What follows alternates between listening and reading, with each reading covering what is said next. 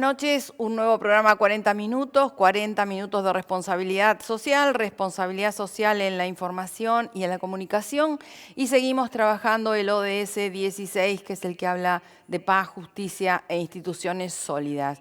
Instituciones sólidas se necesitan para trabajar el tema del que vamos a conversar hoy con nuestro entrevistado.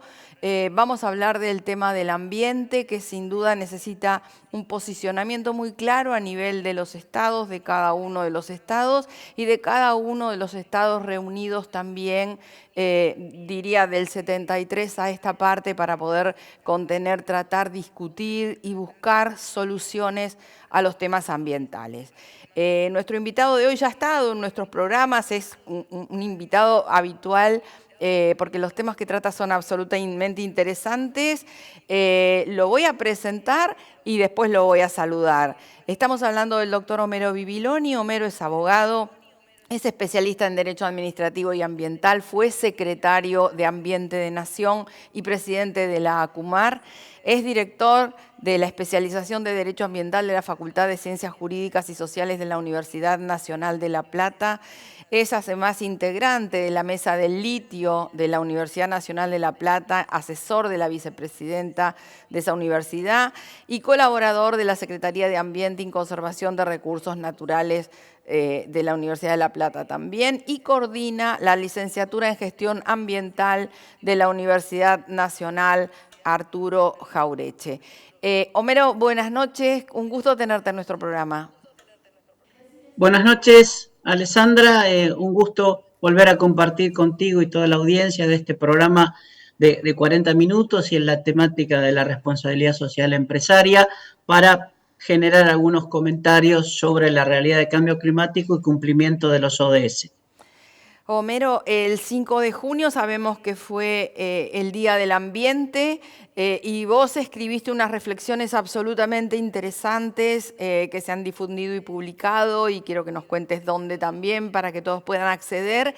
Y partiste también de recordar lo importante que fue en su momento el discurso a los pueblos del mundo de Juan Perón, que en definitiva, más allá de tener una actualidad muy importante, fue lo que generó que él, durante su gobierno, generara una Secretaría de Ambiente y Desarrollo Humano como de mucha vanguardia, donde puso también a Yolanda Ortiz como secretaria, alguien que se nos fue hace un tiempo en el 2019, que le hemos hecho junto a vos homenajes en nuestros congresos internacionales de responsabilidad social, pero lo importante de Yolanda fue que ahora, en la continuidad de su trayectoria, también tenemos una ley Yolanda, que es la que permite poder darle capacitación institucional a los tres poderes del Estado para que puedan incorporar dentro de las políticas públicas que van generando, que van formulando los criterios ambientales. Ese disparador de Perón, que si se quiere también engloba tu nota, me parece importante porque es volver a las raíces de dónde partimos en los temas ambientales y dónde nos quedamos estancados. Te escuchamos, Homero, contanos de tu artículo y de tus reflexiones. Bueno, la publicación fue en la revista Investiga de la Universidad Nacional de La Plata en conmemoración al 5 de junio, como vos bien mencionabas, pero con cierta intencionalidad.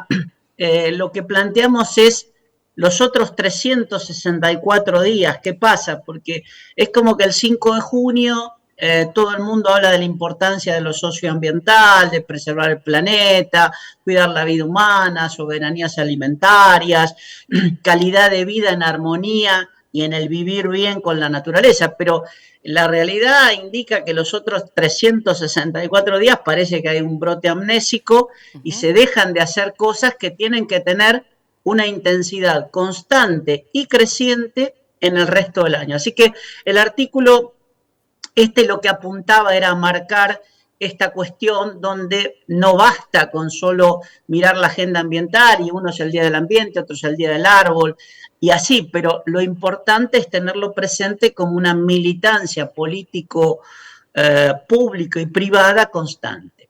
En cuanto a lo que vos mencionabas de la historia, yo revalorizo siempre esta cuestión de que con antelación a la reunión de Naciones Unidas sobre el tema ambiental y la creación del programa de Naciones Unidas en Estocolmo en el 72, meses antes el general Perón había escrito el mensaje a los pueblos del mundo, cuya vigencia y anticipación y diagnóstico de los problemas y las proyecciones tiene una vigencia absolutamente total. Entonces, qué mejor que decir, bueno, esto ya lo sabemos desde, digamos, la década del 70 para adelante, han pasado 50 años, donde nos advirtió el general Perón en su discurso, nos advirtió Naciones Unidas al crear un programa global sobre el tema.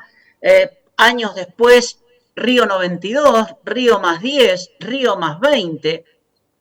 Después tenemos los ODM, después se mutaron en ODS, tenemos la encíclica de Laudato Si del Papa Francisco, pero nada de esto logra conmover a la humanidad como conjunto para revertir una tendencia apocalíptica que es la realidad planetaria de hoy en día.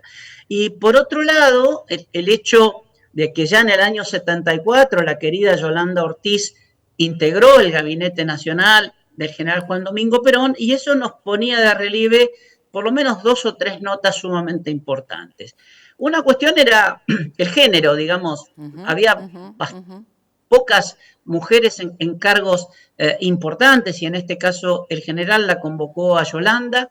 El otro tema era que ella venía de las ciencias duras, ella era doctora en química, pero tenía la virtud de hacer sinergia entre las cosas duras que forman parte de una parte disciplinar de lo socioambiental, con una formación humanista realmente envidiable y su calidad humana personal que la distinguía del resto de una manera superlativa. Y Yolanda en ese sentido fue una militante desde entonces de lo ambiental, después trabajó en distintas cuestiones desde la sociedad civil, hasta que finalmente, yo creo que de manera muy merecida, se le pone el nombre, su nombre a esta ley, conocida como Ley Yolanda, que genera un salto de calidad en la institucional ambiental argentina porque obliga a todos los miembros del Poder Legislativo, del Poder Ejecutivo y del Poder Judicial a una capacitación, insisto, obligatoria en distintas materias que la propia ley menciona, entre otras problemas de biodiversidad, cambio climático, eficiencia energética, normatividad, institucionalidad. Es decir, es un portal de ingreso a lo socioambiental del cual no se puede volver, porque nadie ya podrá decir, más allá de que las leyes deben cumplirse, bueno, yo no tenía mucho conocimiento ambiental. Bueno, ahora usted, señora, señor del legislativo, del ejecutivo, del judicial, ha tenido una capacitación que en homenaje a Yolanda lo ha instruido, informado, le ha dado posibilidad de pensamiento crítico y segmentación de temas absolutamente conexos, sobre el cual usted deberá actuar de una manera oportuna, eficaz y más temprano que tarde para mejorar la cuestión socioambiental, en este caso en la Argentina. Y entonces es una obligación legal con consecuencias personales, porque ciertamente esta capacitación se está brindando en los distintos fueros. Nosotros tenemos una muy buena experiencia con los profesores de la Universidad Nacional Arturo Jaureche y del Centro de Estudios Metropolitanos en torno a la justicia federal, con ecos realmente muy importantes de cómo se percibe, porque antes no se percibía, la realidad socioambiental. Hasta aquí una parte de los temas que vos planteabas, Alessandra. No sé sobre cuál otro querrías profundizar. En realidad, bueno, viendo un poco tu artículo, viendo un poco la realidad, viendo un poco a veces la reticencia que hay también por parte de los privados de sumarse a esquemas de capacitación como este, pienso que por ahí no vamos a llegar al tema de la neutralidad ambiental que propone la Unión Europea para el 2050. ¿Cuáles serían para vos los ejes o los puntos disparadores sobre los que trabajar a partir de ahora y sin esperar un minuto más? Claro, yo siempre señalo que los que predican sobre algunos objetivos ambientales son los que han devastado el planeta. Claro. Es como muy curioso. Los europeos, los japoneses, Sí. Básicamente, Estados Unidos también habla de eso, pero por supuesto sin firmar nada ni comprometerse nada nunca. También tiene algunas declaraciones en ese sentido. Pero el problema es que ellos han aprovechado en detrimento del conjunto del planeta, lo que Néstor Kirchner habló en la Convención de Cambio Climático de Argentina, que dijo son deudores ambientales.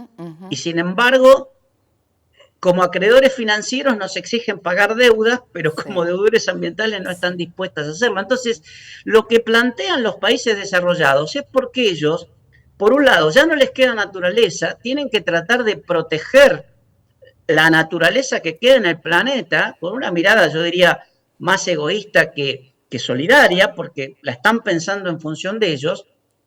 Y entonces el esfuerzo del no crecimiento y de tener la naturaleza sin posibilidad de explotación racional, sustentable, equilibrada en esto del vivir bien de las poblaciones originarias, nosotros vamos a pagar los platos rotos por lo que ellos hicieron y ahora nosotros tenemos que adecuarnos a los patrones de conducta que el mundo desarrollado intenta imponer por la vía de las convenciones de cambio climático, que en rigor son temas de política económica, que por supuesto tienen impactos socioambientales, pero son restricciones o condicionamientos que tienen que ver con las políticas económicas. Yo siempre recuerdo, Jorge Tañana, en una de las convenciones, planteaba y decía, pero ellos ya tienen todas las tecnologías, ellos ya desarrollaron las tecnologías limpias.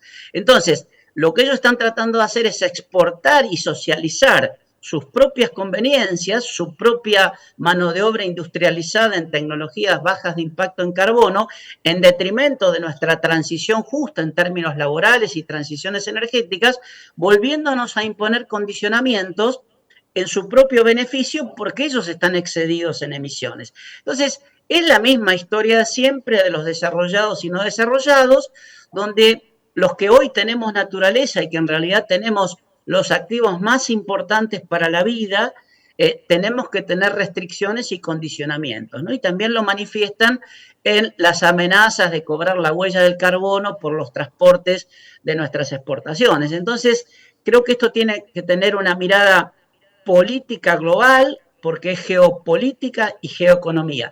Y en ese marco, la posibilidad de ingresar a los BRICS me parece una alternativa muy interesante para Argentina, porque hoy las relaciones de fuerzas se hacen entre bloques regionales. Entonces, integrar el bloque de Brasil, Rusia, India, China y Sudáfrica realmente para Argentina va a ser muy importante, y esto es lo que de alguna manera se ha estado debatiendo en los últimos días.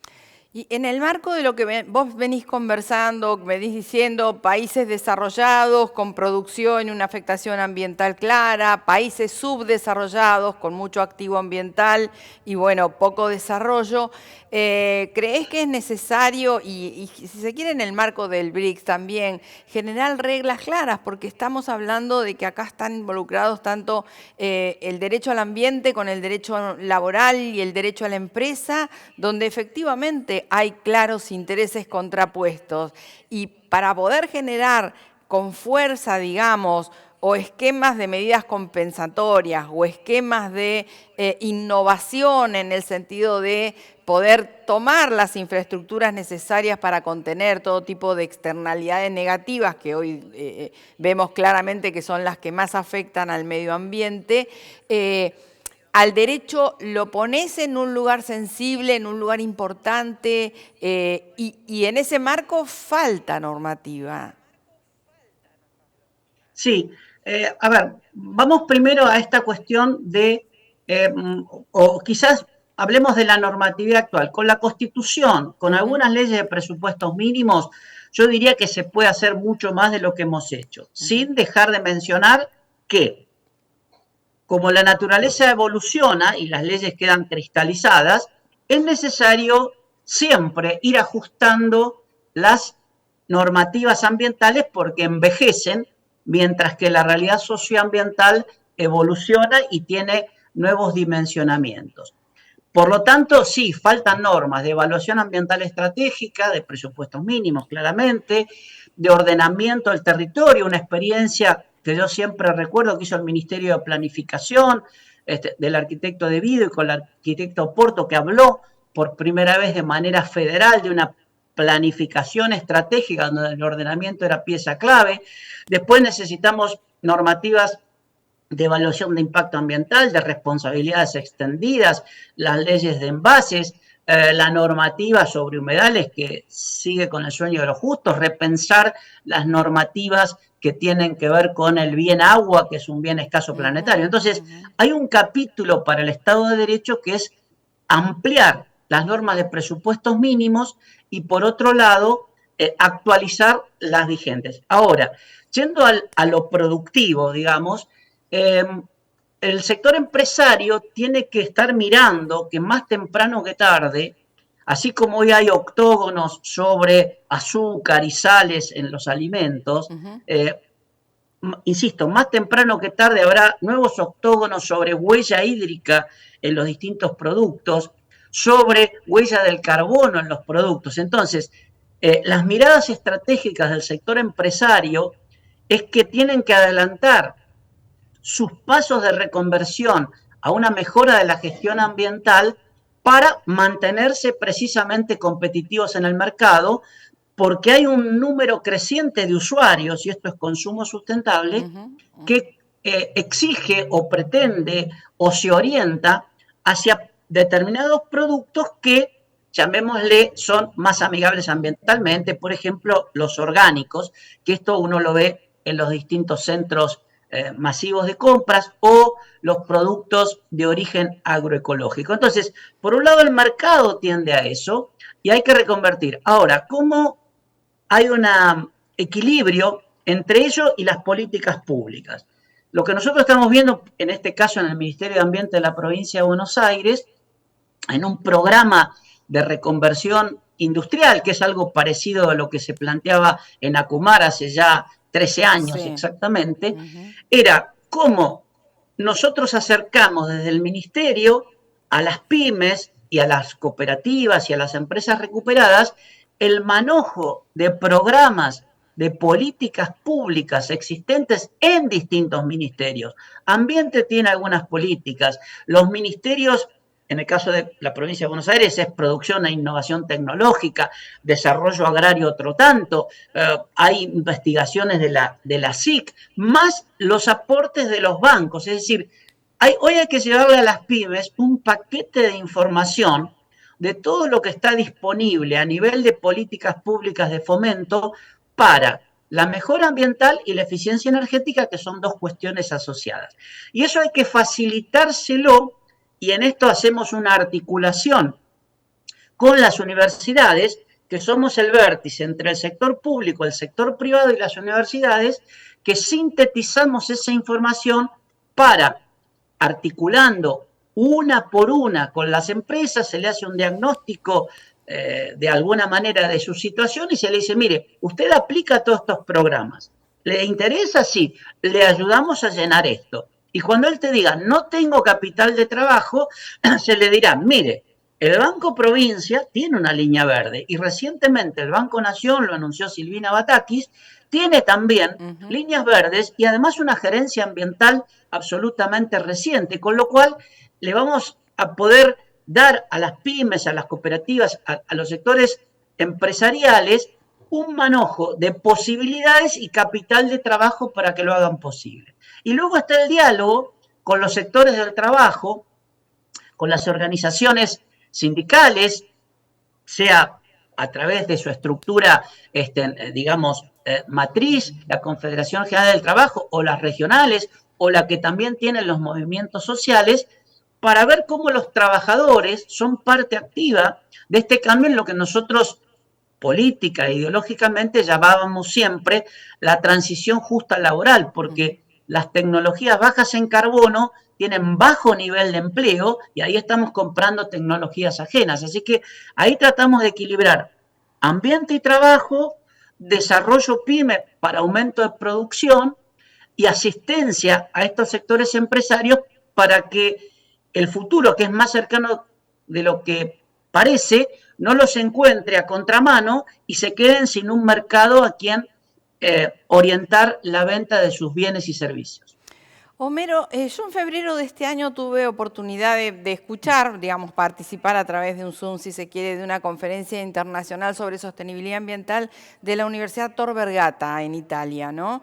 Y la verdad que rescaté conceptos y reflexiones valiosas, sobre todo esto que un poquito inferimos a lo largo de la charla, ¿no? El criterio que en algún momento tuvo parques nacionales de conservadurismo. Mi percepción fue que los países desarrollados del mundo nos están mirando como un reservorio, nos están mirando como el lugar donde ellos van a venir a captar nuestros recursos naturales, a continuar con el desarrollo, con la, digamos, la afectación medioambiental a la que están acostumbrados, ¿no? Y yo en ese marco te quiero preguntar, porque me parecen muy interesantes todo lo que vos planteaste a nivel de promoción hacia las pymes, de acompañamiento, etcétera, pero me parece que estamos en un momento donde habría que plantearnos si efectivamente a nivel del derecho no tendríamos que trabajar más fuertemente sobre las regulaciones y las aplicaciones de normativa antitrust. ¿Por qué te digo esto? Porque también he visto y he leído que hay un informe, un reporte del 2017 que ya estaba marcando que las empresas son responsables del 71% de la emisión de gases de efecto invernadero. Y dentro de ese 71%, el 50% de la afectación la producen 25 empresas. Y en realidad cuando vos ves ese desequilibrio que hay, y ves también que a nivel académico, incluso en nuestro país, están hablando de un federalismo atenuado cuando plantean el equilibrio en el 124 y el 41 de la Constitución, veo en riesgo el tema de no planificar la titularidad de los derechos ambientales que tienen las provincias en relación a la planificación nacional, el riesgo que hay con el manejo indiscriminado a nivel local del tema litio si no hay una mirada o un acuerdo federal. Contame, ¿qué estás viendo de esto si tenés una percepción como la mía? Sí, está muy claro que los desarrollados miran donde hay una famosa foto del planeta de noche, ¿no? De los dos extremos, digamos, fingiendo que puede ser de noche en todo el planeta, lo cual no es una realidad fáctica, pero si vos juntás la iluminación nocturna del planeta, te das cuenta dónde está la mayor concentración de gasto energético, que es casualmente en las zonas desarrolladas, y después todo el resto está oscuro porque hay naturaleza, ¿no? Entonces, por un lado, la mirada de los desarrollados es, tenemos que generar presión y condicionamientos para que esta gente que tiene naturaleza, abundante todavía, nos la cuide para que nosotros tengamos, de alguna manera, nuevos recursos y nuevos ecosistemas que tributen, como en su momento se llevaron el oro, la plata o la madera para puertos y ferrocarriles. Entonces, está muy claro que la política tiene que tener una mirada estratégica de preservación de nuestros activos naturales. Luego está la otra cuestión, y esto es una mirada política absolutamente de intereses soberanos. Después está la cuestión de que los modelos político-económicos en pugna en Argentina. Hoy hay claramente dos modelos, donde hay uno que va a apuntar al cuidado de los bienes de la naturaleza y a una regulación, y otros que va a dejar que el mercado funcione a su antojo, y todos sabemos que el mercado no solamente no derrama, sino que consume y preda los bienes de la naturaleza con una apropiación cortoplacista y de tipo financiera. Entonces, eso va a llevar a la ruina absoluta de todas las cuestiones ambientales. Entonces, por un lado, los dos modelos. Ahora, si triunfa un modelo que trata de corregir, tiene que poder controlar al mercado. El mercado tiene que ser controlado desde los intereses públicos, con una capacidad, como bien vos decías, regulatoria, pero también una eficacia en ese cumplimiento, porque normas tenemos muchas, pero después hay que tener esa capacidad de estar en el lugar, en el momento y con la información oportuna para poder monitorear qué pasa en la explotación de los sistemas de la naturaleza, corregir y tener capacidad, insisto, y poder político para corregir los desvíos del mercado. Que aún así, con eso hay márgenes de rentabilidad importantes para Sí, todos los que sí. quieran invertir en estos temas. Y vos mencionabas algo que es una cuestión y un vacío importante, la cuestión, por ejemplo, del litio. El litio es algo de valor exponencial, pero si no lo logramos regular y siguen habiendo inversiones comprometidas, amparadas por los tratados de inversiones recíprocas, Sí. vamos a tener problemas a la hora de establecer los condicionamientos e igualmente yo creo que todo el tema minero merece un repaso en cuanto a beneficios que existen, valor agregado local que dejan, contingencias ante eventuales riesgos, cómo se controla lo que se produce, lo que se procesa y lo que se exporta. Entonces allí tiene que haber un Estado realmente Presente. presente, inmediato y con capacidad e idoneidad para el control, alejado de todos los lobbies privados que son intereses muy fuertes y de los países desarrollados de donde provienen muchas de las mineras, Sudáfrica, Estados Unidos, Canadá, Australia. etcétera. Entonces, creo que hay que una normatividad que apunte a un control y a un Estado con capacidad de control, como en algún momento tuvimos en Acumar, que lográbamos hacer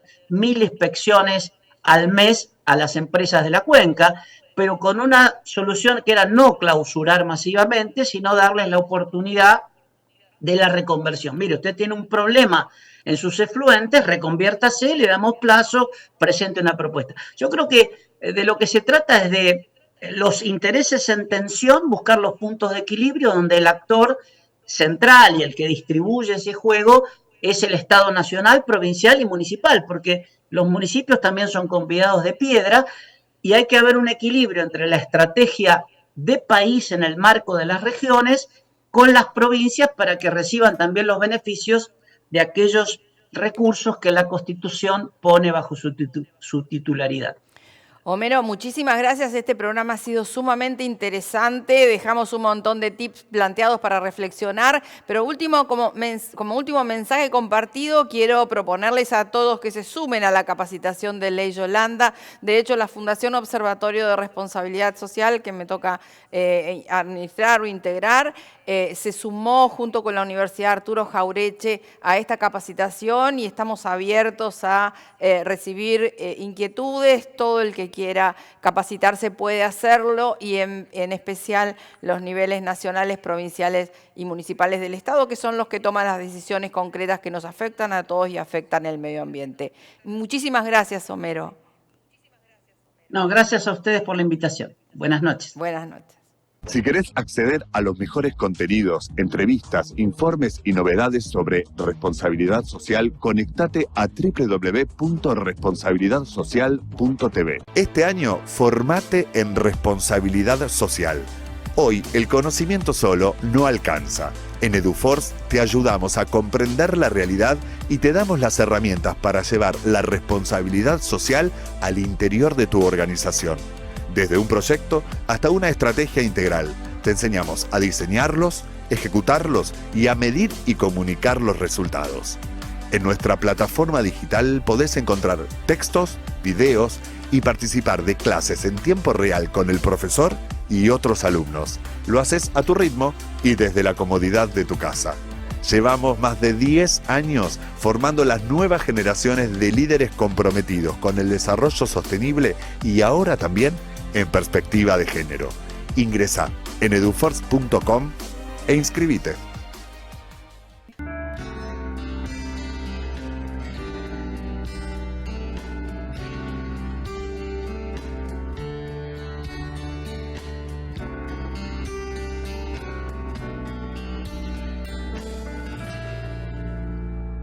El tiempo fue pasando y nos fuimos conociendo.